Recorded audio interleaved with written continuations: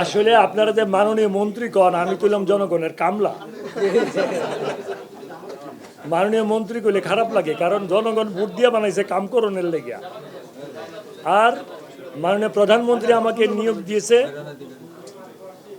জনগণের কামলা হিসাবে তাদের কাজ করার জন্য।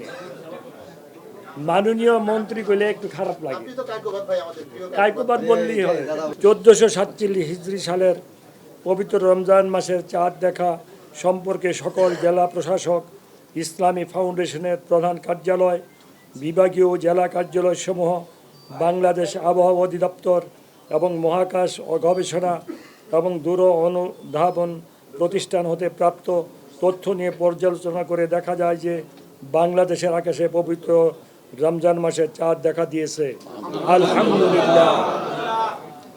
এমত অবস্থায় আগামী 6 ফাল্গুন 1432 বঙ্গাব্দ 19 ফেব্রুয়ারি 2026 খ্রিস্টাব্দ বৃহস্পতিবার থেকে 1447 হিজরি সালের পবিত্র রমজান মাস গণনা শুরু হবে, আলহামদুলিল্লাহ।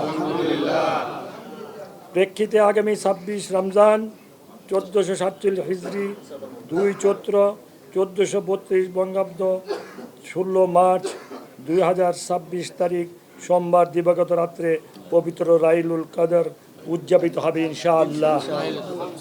মহান আল্লাহ পাক আমাদের সকলের ন্যাক আমল সহ কবুল করুক, আমাদের ন্যাক মকসুদকে পুরা করুক। দেশবাসীর প্রতি আহ্বান থাকবে একটাই জিনিস, আল্লাহর হুকুম অনুযায়ী চলা। আল্লাহ যা পাক হুকুম করেছেন, আল্লাহর হুকুম অনুযায়ী যদি আমরা চলি, দেশে শান্তি আসবে। আল্লাহর হুকুমের বাইরে চললে দেশে কখনো শান্তি আসবে না। বাংলাদেশের মুসলমান ভাই বোনেরা, এই রমজান মাস অত্যন্ত পবিত্র মাস।